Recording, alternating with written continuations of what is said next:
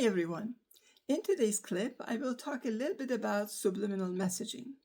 Just a reminder that anything I post here is for entertainment purposes only and requires your own further research.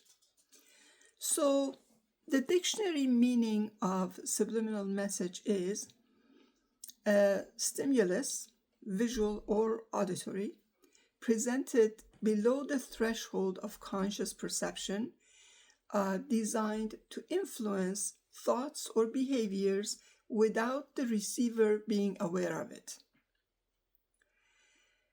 So these messages are presented so quickly or subtly that they are not consciously perceived but they are processed by the subconscious mind.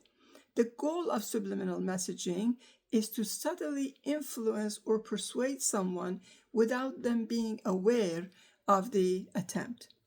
The messages can be embedded in advertising, movies, or other media using techniques like flashing words or images for a fraction of a second, or using subtle cues in sounds or visuals. So a brief flash of text on the screen, like eat popcorn, or a subtly altered logo, like the arrow on in the FedEx logo, are all some examples of subliminal messages. There are different types of this kind of messaging. The concept of subliminal messaging has been a subject of debate, particularly in advertising, with some sort of claiming that they can manipulate our choices. So far, they believe that the impacts of subliminal manipulation is often considered harmless because its effects sort of would decay within seconds.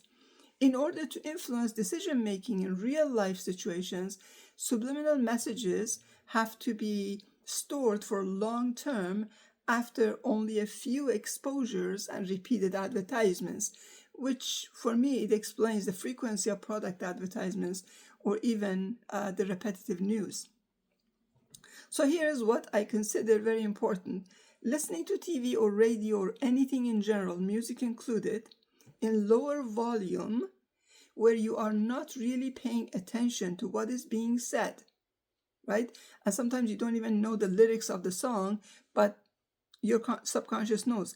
But sort of keeping this in the background as a background noise, this is when we are most susceptible to receiving anything, because we are not actively listening and we are not, so to speak, in the now moment.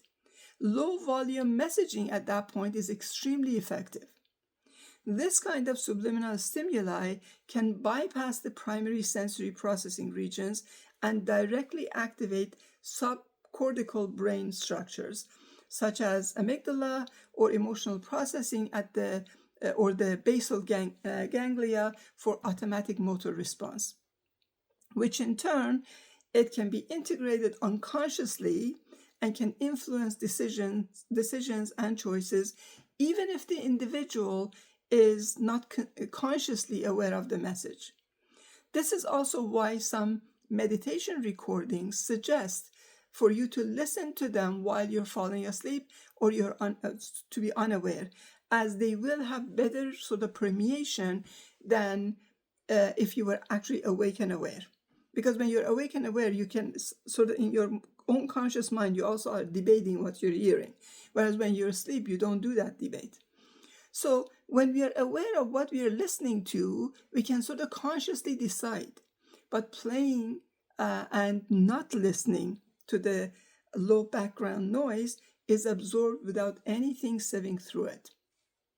So for example, when I do any meditation recordings for myself, I will always do two layers. One layer that I consciously listen to, and the second layer, which is underneath, which is almost not audible, but is actually there, and my subconscious can hear it, so that it will enforce whatever it is heard, sort of consciously heard.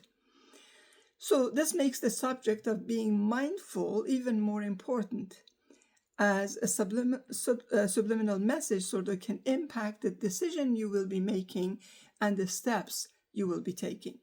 Hope this has been helpful. Like and follow for more. Be the light.